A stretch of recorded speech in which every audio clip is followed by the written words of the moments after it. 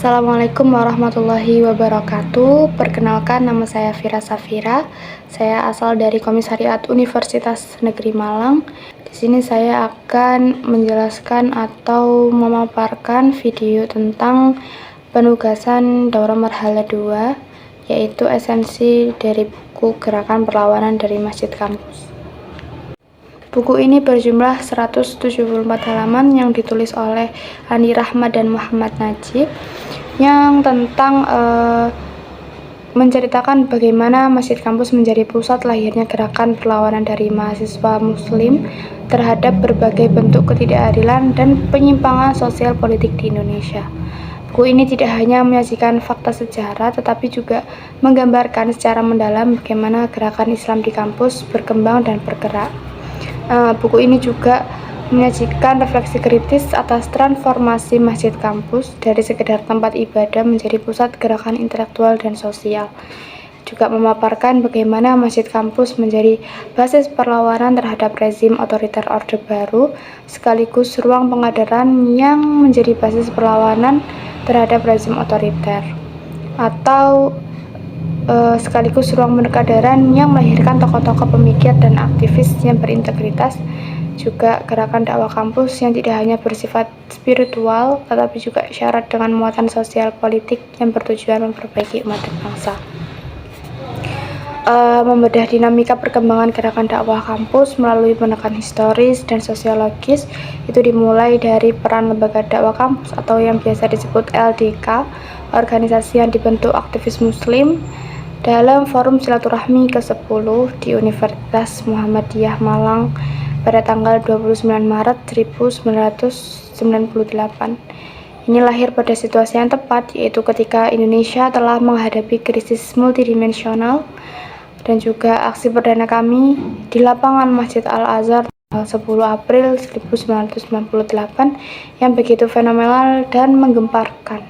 Inilah aksi mahasiswa pertama yang dilakukan di luar kampus pada era Soeharto dengan jumlah massa yang sangat besar, sekitar 20.000 orang. Kemudian juga isu yang diusung pun bukan isu biasa, yaitu isu reformasi total, pembentukan halaqah, serta maraknya diskusi dan kajian yang menginternalisasi semangat perubahan. Buku ini juga menekankan pentingnya integrasi antara kesolehan individu dan juga tanggung jawab sosial.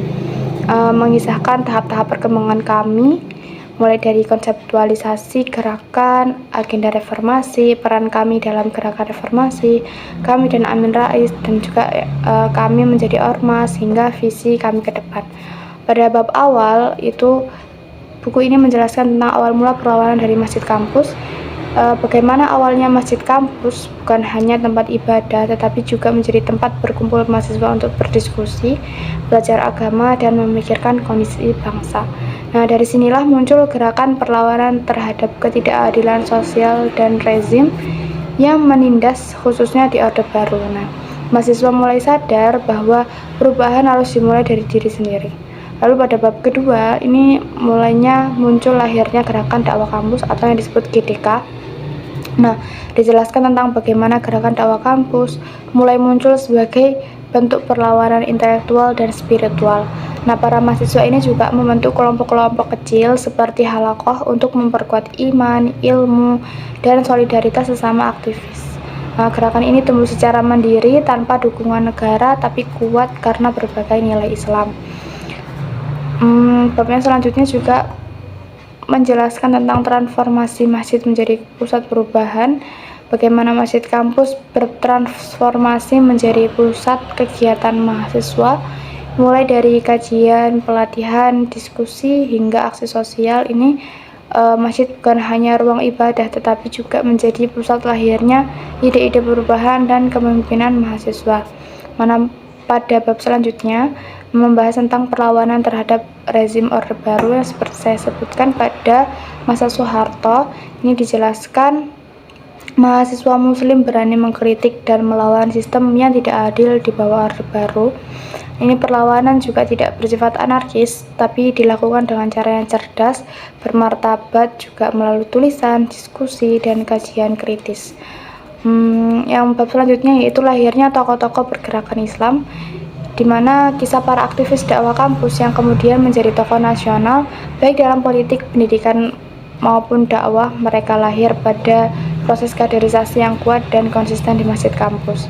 Nah, pada bab yang terakhir ini tentang tantangan dakwah kampus di era modern, bagaimana gerakan kampus hari ini, itu gerakan masjid kampus hari ini seperti sekularisme, individualisme, dan budaya instan.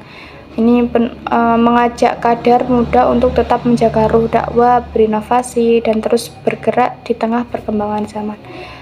Mungkin cukup sekian dari saya, kurang lebihnya mohon maaf. Wassalamualaikum warahmatullahi wabarakatuh.